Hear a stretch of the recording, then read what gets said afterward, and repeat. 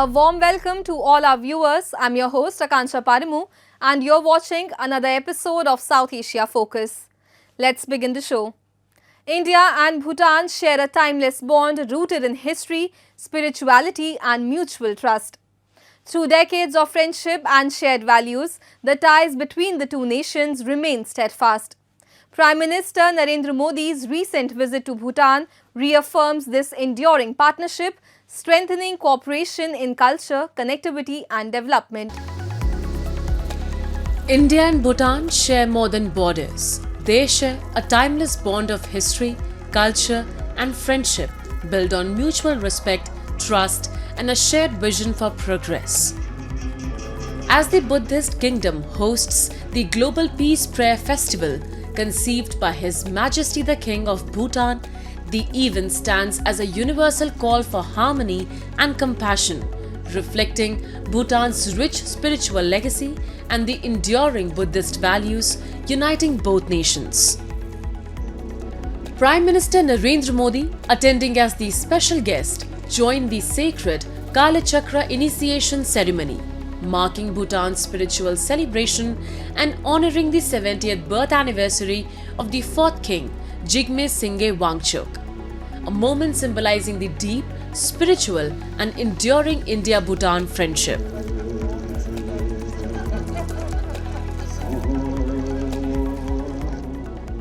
भारत और भूटान सिर्फ सीमाओं से नहीं, संस्कृतियों से भी जुड़े हैं।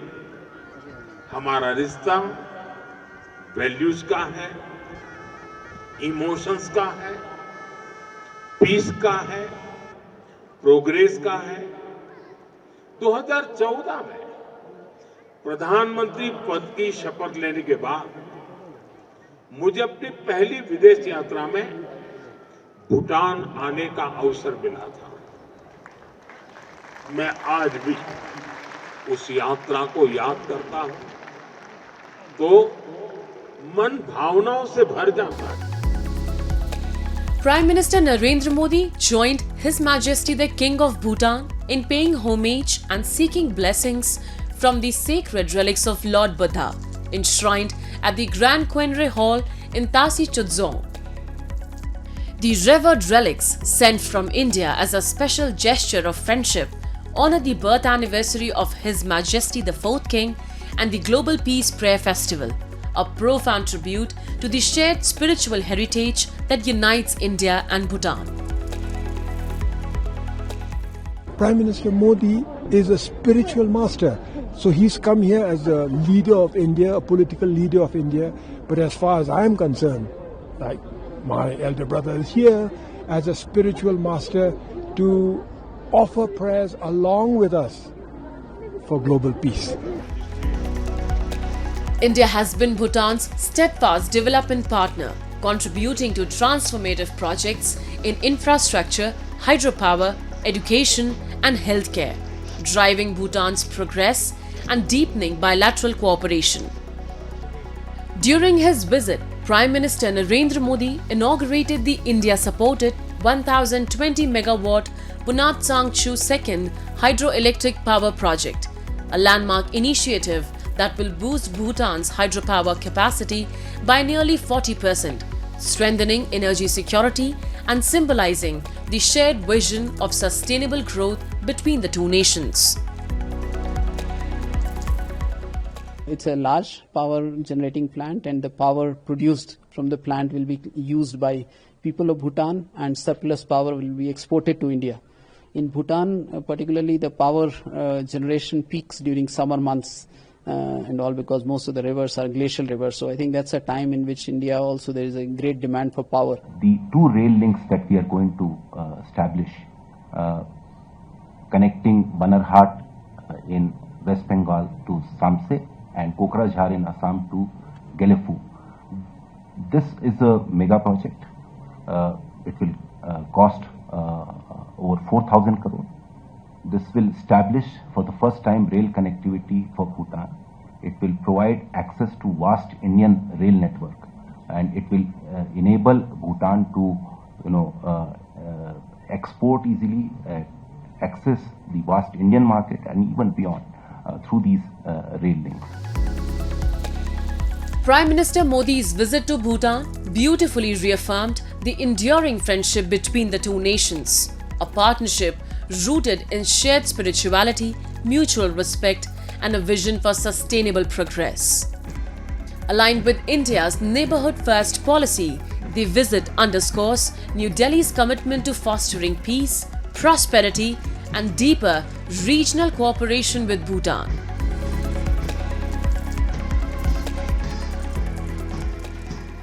Another deadly reminder of Pakistan's crumbling internal security, a powerful explosion ripped through a judicial complex in Islamabad, killing at least 12 and injuring dozens.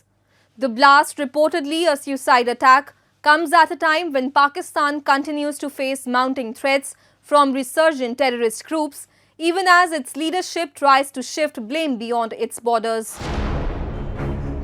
A powerful explosion shook Pakistan's capital. The target this time, a bustling court complex in Islamabad. The bomber, according to officials, tried to enter the court premises but detonated the explosives outside near a police vehicle after waiting for nearly 15 minutes. यहाँ कचहरी के ऊपर एक खुदकश हमला हुआ है और वो हमला अब आप देख सकते हैं कि जितना यहाँ पे नुकसान हुआ है उसमें अभी तक 12 लोग जो हैं वो शहीद हो चुके हैं और 27 के करीब जख्मी हैं. Visuals from the site painted a grim picture. Lawyers in blood-soaked coats, shattered glass and debris scattered across the compound. The blast, heard kilometers away, damaged multiple vehicles and sent panic rippling through the city. एक जोरदार धमाके की आवाज़ आई है, बहुत बड़ा blast हुआ है और मुड़ के देखा तो बस आग ही आग थी और पार्ट्स ऑफ बॉडी थे बिखरे पड़े, डेड बॉडीज थी और शोले आग के बुलंदी पे थे, तो खौफ और रास का मामला था. तो उसके बाद फिर पुलिस आ गई, सिक्योरिटीज़ आ गई, हम साइड पे हो गए, लेकिन बहुत बड़ा ब्लास्ट था. ऐसा लग रहा था कि जैसे किसी ने बम ब्लास्ट किया हो या बहुत बड़ा धमाका हो. दिन 12 बजे से लेकर अब तक मेरे जहन में एक बोझ है और मेरे जहन में एक बड़ी तकलीफ़ है, एक उलझन सी है कि अगर वो अदालतें जहाँ पे हर आम वो ख़ास शख्स जहाँ पे दाखिल होता है और जिसकी मामला जो है यहाँ पे अदालत में हल होते हैं, अगर वो महफूज नहीं है तो फिर इस शहर में और कौन महफूज है. ये चीज़ बड़ी परेशान कुन है और जो आला अख्तियारात के लोग हैं उनको इसके ऊपर कोई ना कोई अमल करना चाहिए. The attack occurred during peak court hours, when hundreds of visitors and lawyers were inside the complex. Forensic teams were rushed to the site as authorities struggled to determine the nature of explosion. Car bomb or suicide attack, both familiar tragedies in Pakistan's terror-stricken landscape. CCTV footage हमने जो देखी है उसमें वो बिल्कुल opposite जाके खड़ा रहा है और देखता रहा है मुख्तलिफ एंगल से कि किस तरह अंदर जाऊं. तो और आपको पता है यहाँ पे कचहरी में हर बंदा जो जाता है उसकी चेकिंग होती है, तो उस लिहाज से वो अंदर नहीं जा सका, तो उसने फिर अपना नेक्स्ट टारगेट जो है वो पुलिस की गाड़ी को बनाया है. तो ये अब हमने पहली प्रायोरिटी में हम कोशिश कर रहे हैं कि उसको आइडेंटिफाई करें. But instead of introspection, Pakistan's leadership has chosen its familiar path: blame India. Prime Minister Shehbaz Sharif was quick to accuse Indian terrorist proxies of orchestrating the attack, without providing a shred of evidence. New Delhi dismissed the allegations as baseless and diversionary, calling them yet another attempt by Islamabad to deflect from its own governance and security failures.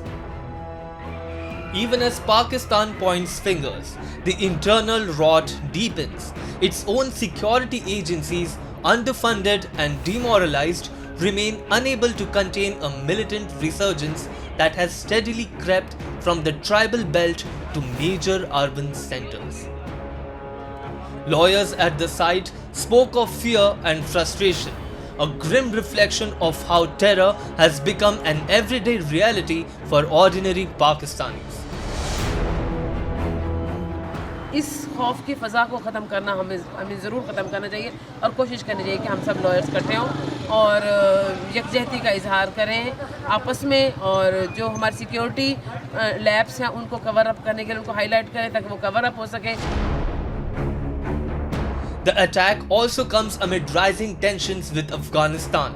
Islamabad's recent cross-border drone strikes and Kabul's retaliatory fire have already escalated hostilities. With the fragile ceasefire brokered by Qatar barely holding, Pakistan now finds itself trapped in the violence it once exported. Time now for Asia This Week, the stories from across the continent. GTech is the showcase of digital innovation. TDK is the global electronics company, and its advancing booth gathered biggest attention of visitors. Celebrating 90 years of anniversary, TDK booth exhibits various technologies cultivated in long history. トランスフォーメーションの一環としてこのブランディング、ブランドアイデンティティもですねトランスフォームをしようじゃないかと。In Everything Better リブランディングと CTEC の場で展示も含めてさせていただくと、今社会スマートフォンですとか EV ですとか、それからさまざまな産業機器であるとか、当社はですねほぼほぼ世界のあらゆる電子機器の中に入って内側に入って、でそのテクノロジーやソリューションでその内側からですね社会のトランスフォーメーションにインパクトを与えていくんだよということをですね、社内外のある意味メンバーステークホルダーの皆さんにしっかりと説明をしていきたいと。やはり今回はですねロゴといいますか、この背景も含めましてね、非常にこの色合いもですねこの多様性を強調する、この多様性を持っているということは非常にいいことなんだと、社外のみならず社内のチームメンバーに対してもアピールというかコミュニケーションをし続けていきたいなという思いでですね、こういったことをやらせていただきます。TDK's technology and part product are invisible from surface of product but integral for product to work precisely. It is highly admired and incorporated to global consumer products. TDK declared in Everything Better with new brand. TDK's development has started from a ferrite technology. TDK's transformation will never stop to develop better industrial field. With just 4 months left before the country goes to polls to conclude the transition period, the youth of the Himalayan nation are demanding new faces on the ballot and in the parliament.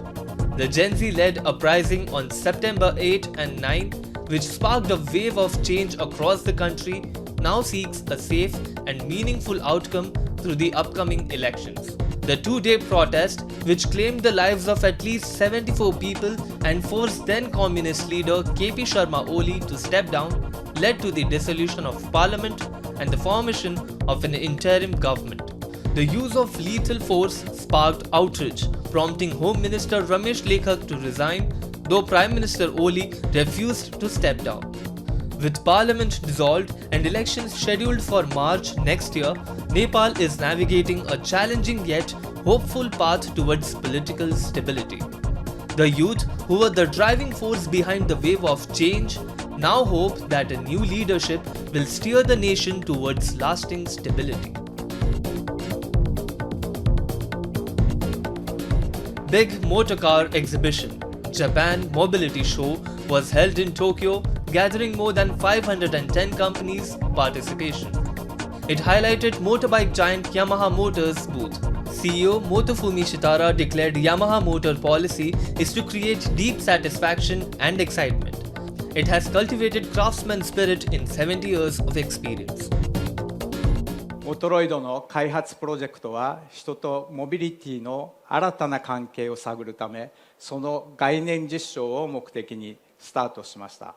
2017年には自立してライダーに歩み寄るモトロイドを、また前回のモビリティショーでは生命感さえ感じるモトロイド2をご覧いただきました。あれから2年、モトロイドの開発プロジェクトは新たな歩みを始めています。Third generation Motoroid Lambda equips AI to learn complicated action based on rider's operation. Hydrogen motorbike was developed based on cooperation with Toyota. After charging of hydrogen, it enables 100 kilometers run with maximum speed of 90 kilometers per hour. Already it passed exhaust regulation just before shipping to the market. EV3 brothers are introduced. Pure EV motorbike, hybrid and plug-in hybrid are lined up to catch up future trend. 3 vehicles motorbike has the function of independent steering front, 2 vehicles and backside 1 vehicle. It satisfies riders to operate smoothly and efficiently with excitement. To enrich daily life, Yamaha Motor develops electric power assisted bicycle and wheelchair. Big wheelchair equips big tire for bad road run. Smart wheelchair is available to be customized for city area run or suburb run. Yamaha Motors' evolution will never stop to catch up necessity of social life and to pursue craftsman mind. Discontent is brewing in Pakistan-occupied Jammu and Kashmir as university students take to the streets against an alarming rise in tuition and transport fees. The protests, which began at Jamia-e-Kashmir's Chela campus, have now evolved into a wider movement representing students across Muzaffarabad and adjoining areas. Their grievances highlight not just administrative negligence but also the deepening education crisis under Pakistan's misgovernance in the occupied territory. Across Pakistan-occupied Jammu and Kashmir, the promise of affordable education is fast fading. Students who once dreamt of higher studies are now trapped in a cycle of rising fees and collapsing infrastructure. At Jamia-e-Kashmir in Muzaffarabad, frustration has reached a boiling point, with the administration's latest decision to hike fees by nearly 50 to 80%, triggering widespread outrage. चेला campus के अंदर Jammu Kashmir students liberation front के मेजबानी में जामिया कश्मीर के जुमला तुलबा तंजीमात का एक नुमाइंदा इजलास जो है वो चेला कैंपस के अंदर मुनक़िद हुआ, जिसमें जो है वो हालिया यूनिवर्सिटी इंतजामिया की तरफ से जामिया कश्मीर के अंदर फीसिस में जो है वो 50% से लेकर जो है वो 80%, 80% तक जो है वो फीसिस में इजाफा किया गया है। और बारहा यूनिवर्सिटी इंतजामिया को फीसिस में जो है वो कमी का एप्लीकेशंस भी दी गई, लेकिन यूनिवर्सिटी इंतजामिया कोई उस चीज पे नोटिस नहीं ले रही है। उसके अलावा जो है वो यूनिवर्सिटी के अंदर जो है वो ट्रांसपोर्ट का एक बहुत बड़ा मसला है कि आए रोज जो है वो तालिब इल्म जो है वो ट्रांसपोर्ट ना होने की वजह से जो है वो जब ओवरलोडिंग होती है बसेस के अंदर तो हादसा पेश आते हैं, तालिबात जो है वो जख्मी होते हैं, तलबा जख्मी होते हैं आए रोज के अंदर। और यूनिवर्सिटी के अंदर जो है वो और दीगर मिसाइल के गिर्द जो है वो आज का ये तमाम तलबा तंजीमों का इजलास था। The students say the administration's indifference is worsening the daily struggle of young people, already burdened by high living cost and limited infrastructure. They also raised a critical concern, the transport crisis. Overcrowded buses, lack of proper scheduling, and frequent accidents have put hundreds of students at risk. सबसे पहले local से बस faeces, ठीक है, जो बच्चे hostels में रह रहे हैं या इधर सिटी के अंदर रह रहे हैं उनसे 6-6 हज़ार रुपये उनके ऊपर आयद किया गया है, ठीक है, जो हॉस्टल्स वाले बच्चों के ऊपर नहीं बनना चाहिए। जो बच्चे कहीं अब्दुल्ला कैंपस जाते हैं उन पे तो चले ठीक है, उनके पास ट्रांसपोर्ट कार्ड होना चाहिए। अगर इसका भी करना चाहिए तो इंतजामिया को ये चाहिए कि स्टूडेंट्स को स्टूडेंट कार्ड दें जो बच्चे ट्रांसपोर्ट का इस्तेमाल करते हैं। जो बच्चे अपने हॉस्टल्स में रह रहे हैं उनके लिए इस चीज़ का नहीं होना चाहिए। The revised academic calendar has reportedly added an extra semester, turning an 8-semester program into one stretching across 9 or even 10 semesters. Students say this move will not only delay their graduation but also add to their financial burden. ठीक है, semesters वगैरह को कंसीज किया गया जिसके अंदर जो है समर खत्म किया गया है, ठीक है, जबकि उनको कहा जाता है कि आप एक्स्ट्रा सेमेस्टर पढ़ें, जिससे उनके 8 सेमेस्टर की डिग्री 9 और 10 यानी कि सेमेस्टर में जा रही है, जिससे उनके 1 साल का लॉस हो रहा है। उसके अलावा अगर मजीद जाएं तो ऑफर की फीस इन्होंने इंक्रीज की है, पहले वो 5,000 रुपया थी, अब वो बढ़ा के इन्होंने 10,000 कर ली। जो गरीब बच्चे जो मुश्किल से अपने सेमेस्टर की फीस पूरी करते हैं वो किस तरह से उन चीजों को पूरे करें। These protests are symptomatic of a much larger issue, the systemic neglect of Pakistan-occupied Jammu and Kashmir. While Islamabad boasts of development in the region, the reality on the ground tells a starkly different story, where students, the future of the region, are forced to protest for basic educational rights. The student unrest in POJK is not just about rising fees or lack of buses. It's a reflection of a generation's frustration under an administration that continues to ignore their voices. India is powering a new green revolution driven by innovation, awareness, and a shared commitment to sustainability. As the nation cuts carbon and expands renewable energy, solar and wind are no longer dreams of tomorrow but realities of today. The Renewable Energy India Expo captured this spirit, uniting innovators and citizens in the journey toward a cleaner, self-reliant Bharat. India is not just meeting its energy needs, it is leading the global march towards sustainability. Every solar panel, every breakthrough, and every bold idea mirrors the nation's vision of growth powered by responsibility. The Renewable Energy India Expo became a vibrant showcase of this spirit, where innovators from across the country unveiled cutting-edge solar solutions, smart battery systems, and eco-friendly technologies, all illuminating India's growing confidence in a cleaner, greener future.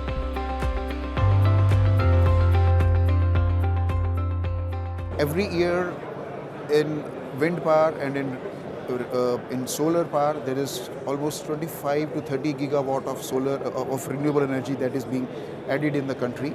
As you rightly said, we have approximately 200 gigawatt of renewable energy capacity in the country today, and by 2030 this is expected to be approximately 500 gigawatt. So this growth of approximately 300 gigawatt of renewable energy is what we are going to see in the next 4 to 5 years. The enthusiasm wasn't limited to industry leaders. It flowed through every aisle of the expo. From small business owners to energy enthusiasts, visitors discovered innovations that could transform everyday life and applauded India's bold vision for a renewable future.